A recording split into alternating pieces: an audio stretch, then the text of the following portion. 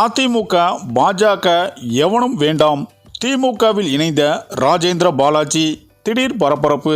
அதாவது சட்டமன்ற தேர்தல் பணிக்காக நியமிக்கப்பட்ட அதிமுக மாவட்ட பொறுப்பாளர்களை எடப்பாடி பழனிசாமி எச்சரித்துள்ளார். மேலும் பூத் கமிட்டியில் குளறுபடி இருந்தால் நடவடிக்கை எடுப்பேன் என்றும் உட்கட்சி பூசல்கள் கூடாது என்றும் அறிவுறுத்தினார். அதாவது தமிழகத்தில் சட்டமன்ற தேர்தல், உள்ளாட்சி மற்றும் நாடாளுமன்ற தேர்தலில் அதிமுக படுதோல்வி அடைந்தது.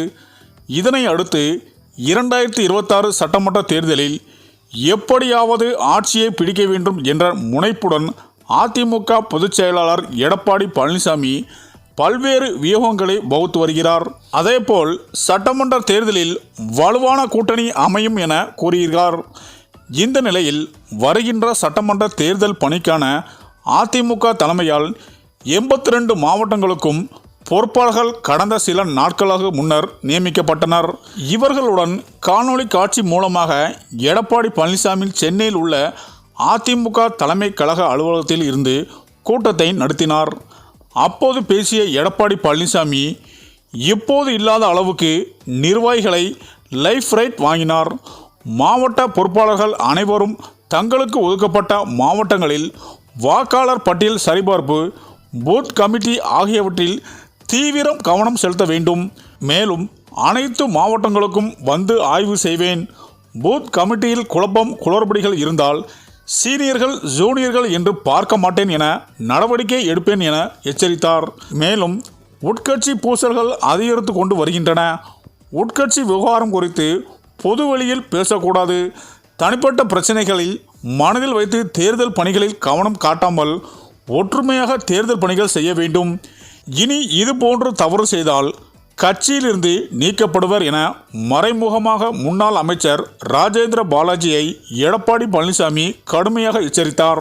மேலும் கடந்த சில நாட்களுக்கு முன்பு விருதுநகரில் நடந்த அதிமுக பொதுக்கூட்டத்தில் பாண்டியராஜனுக்கு சால்வை அணிவிக்க வந்த நிர்வாகியை மேடையிலேயே ராஜேந்திர பாலாஜி கன்னத்தில் அறைந்தார். அது மட்டுமல்லாமல் ராஜேந்திர பாலாஜி அதிமுகவில் நான் ஒரு குறுநில மன்னர்தான், நான் வெற்றி வந்தாலும் தோல்வி வந்தாலும் அதிமுக இயக்கத்தில்தான் இருப்பேன். கட்சியை காட்டி கொடுத்தவர் மாபா பாண்டியராஜன். நீ என் கூட போட்டி போடுறியா? இயக்கத்தை காட்டி கொடுத்து விட்டு ஓடியவன் நீ ஒரு வழக்கு வந்தால் நீ கட்சியை விட்டு ஓடிடுவாய். என் மீது எத்தனை வழக்கு போட்டு மிரட்டினாலும் எடப்பாடி பழனிசாமி பக்கம்தான் நிற்பேன் என பேசியிருந்தார். இது தொடர்பாக எடப்பாடி பழனிசாமியிடம் அதிமுக முன்னாள் அமைச்சர் மாபா பாண்டியராஜன் புகார் தெரிவித்ததும் குறிப்பிடத்தக்கது. இந்த சூழ்நிலைதான் ராஜேந்திர பாலாஜியால் அதிமுகவில் உட்கட்சி மோதல் நீடித்து வருகிறது. இதனால் ராஜேந்திர பாலாஜியை கட்சியை விட்டு நீக்கிவிடலாம் என்று இபிஎஸ் ஆலோசனை நடத்தி வருகிறார்.